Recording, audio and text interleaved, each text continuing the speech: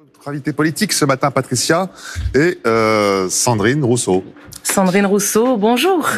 Vous êtes députée écologiste de Paris. Alors, est-ce que vous pensez que, comme le président, que l'Europe est mortelle ?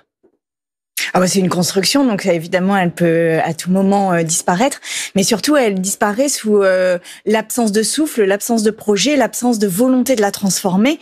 Et en fait, moi, c'est vraiment ce que j'ai entendu dans ce discours qui, à mon avis, était vraiment daté, en fait, était ancien, était sur la relance productiviste de l'Europe. Et vraiment, au moment où la planète se meurt, parce que la planète aussi est mortelle, ou du moins notre vie sur cette planète est en danger, il y avait besoin d'un autre souffle, d'un autre discours, d'une autre vision. Et en fait, moi, j'ai l'impression qu'on est enfermé dans les 30 glorieuses, dans les années d'après-guerre, où on relance la croissance par la productivité, par... Tout ça me semble mais lunaire, en fait, dans la situation dans laquelle on est aujourd'hui. C'est un discours du passé C'est un discours complètement du passé, c'est une attitude du passé aussi, parce que arriver, faire un grand discours devant un parterre conquis d'avance, en invisibilisant complètement la tête de liste, Valérie Hayer, qui est quand même une femme, enfin tout ça. Mais c'est la politique des années 60 et ça me fait, mais vraiment, c'est lunaire et c'est très étonnant même qu'on ait ça encore aujourd'hui. Justement, hier, vous avez entendu qui ? Le président, entre guillemets, le candidat de Renaissance, ou bien le président tout simplement de la République ? J'ai entendu un président qui voulait imposer sa voix parce que en remplacement, en superposant sa voix à celle de la candidate Renaissance. Et déjà, c'est pas à la hauteur de la fonction présidentielle, mais surtout, c'est pas à la hauteur du moment. Enfin, qu'on laisse Valérie Hayer parler. Moi, j'ai envie de l'entendre. J'ai envie de l'entendre sur les votes. Pourquoi elle a voté, par exemple, la transformation de la politique agricole commune en annulant complètement tout le volet environnemental de la politique agricole commune. Pourquoi elle a voté ça ? Moi, j'aimerais avoir sa voix là-dessus. Ça, c'est mortel, justement. Ça, c'est... Vous voyez, c'est... D'après vous, qui êtes écologiste. C'est absolument mortel, mais mortel au sens presque premier du terme. C'est-à-dire que enlever toute la partie écologiste de la PAC, qui était déjà pas extrêmement forte, c'est arrêter, c'est menacer la biodiversité, c'est mettre des pollutions, polluer l'eau, polluer les terres, c'est provoquer des coûts à moyen et long terme sur notre santé, c'est accélérer l'effondrement de la biodiversité. Et en fait, c'est précisément ça la politique des années 60. Mais dans les années 60, on savait pas que le réchauffement climatique existait et que la perte de biodiversité était abyssale. Là, aujourd'hui, on sait qu'on est dans une situation grave. Donc, le faire en 1960 quand on le savait pas, à la limite. Le faire aujourd'hui, alors qu'on sait absolument la situation dans laquelle on est, c'est grave. C'est là-dessus que je voudrais entendre Valérie Hayer. Emmanuel Macron était au rendez-vous des enjeux hier. Pardon ? Emmanuel Macron a été au rendez-vous de l'enjeu hier. Mais pas du tout. Pas du tout. Il a un déni de la question écologique. Il a un refus d'obstacle sur la question écologique. Il ne veut pas affronter cette question. Il fait de l'écologie en fonction des sondages. Alors que là, on a un temps crucial, en fait. C'est le moment où nous devons faire la bascule, le moment où nous devons trancher. C'est pour ça que Marie Toussaint a absolument besoin d'un soutien énorme, parce que il n'y aura pas d'écologie sans écologistes au sein de l'Europe.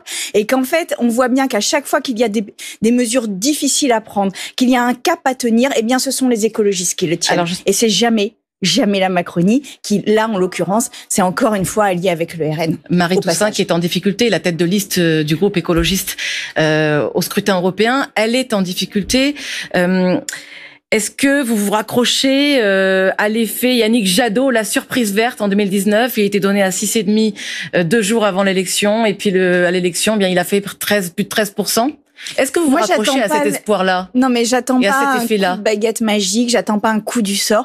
On milite, on fait la campagne. Honnêtement, Marie Toussaint, elle a cette force-là elle est la seule, elle est la seule écologiste à avoir tordu le bras de Macron sur l'écologie. Je le rappelle, c'est elle qui a obtenu que la France soit condamnée pour inaction climatique. C'est Marie Toussaint qui l'a fait.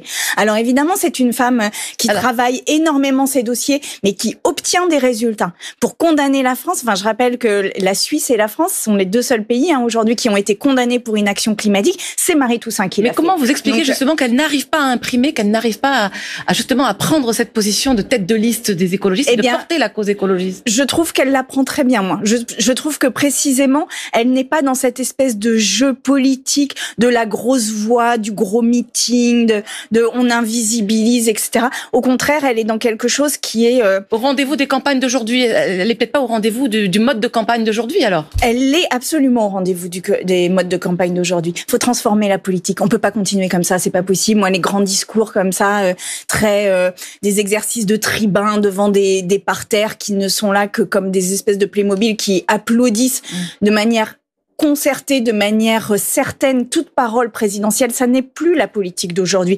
Voilà, Marie Toussaint, elle se met en danger, et elle se met en danger pour nous ouvrir une voie en Europe qui est une voie d'écologie au sein de cette Europe. On a absolument besoin de ça, mais vraiment, vraiment. Sans l'Europe, la France serait encore plus en retard en matière d'écologie. C'est l'Europe qui l'a obligée à bouger sur l'écologie. C'est votre élection d'ailleurs, c'est l'endroit où vous pouvez parler le plus d'écologie. Et c'est pour ça que j'appelle tous les écologistes de France à vraiment se mobiliser. Parce que là, si vous avez peur pour votre avenir, si vous avez peur pour votre santé, si vous avez peur de ne plus entendre ne serait-ce que le chant d'un oiseau, eh bien c'est maintenant qu'il faut se mobiliser. Est-ce que vous ne craignez pas justement qu'il y ait l'effet Glucksmann et du vote utile à gauche et qui aille vers Raphaël Glucksmann? Mais on craint toujours plein de choses. Maintenant, la seule... Encore une fois, qui porte le fait qu'on a besoin de cette transition. Le fait que cette transition écologique, elle est forcément liée à la question sociale. Qu'il n'y a pas d'écologie sans une révision en profondeur et de notre système économique et de notre protection sociale qui doit être bien plus protectrice des plus vulnérables. Eh bien, il est la seule qui porte ça. Avec force, avec radicalité, avec constance. C'est Marie Toussaint. La seule qui a obtenu des victoires, c'est Marie Toussaint. C'est la seule. La seule qui est constante dans ses votes, c'est Marie Toussaint. Donc maintenant, on se lève et on va voter. Le 9 juin. En commission spéciale chargée d'examiner le projet de loi du gouvernement sur la fin de vie, vous avez témoigné de votre parcours personnel. On vous a entendu expliquer avoir aidé, il y a une dizaine d'années, votre maman à mourir.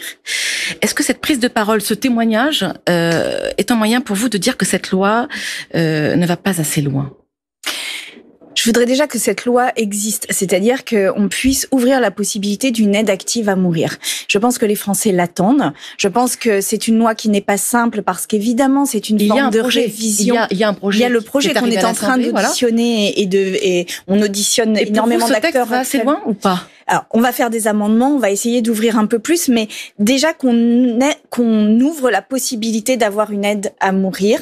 Je pense que aujourd'hui, les maladies s'étendent, que les progrès de la médecine nous font vivre bien plus longtemps, mais que les derniers jours, les dernières semaines peuvent être des moments de très grande souffrance pour les personnes, et qu'en fait, il faut l'entendre. Il faut l'entendre et il faut ouvrir la possibilité uniquement à celles et ceux qui le souhaitent, à personne d'autre, mais à celles et ceux qui le souhaitent, de pouvoir abréger ce temps et de choisir surtout en conscience, en dignité, le moment où ils arrêteront leur vie, alors même que la maladie les menace à très court terme.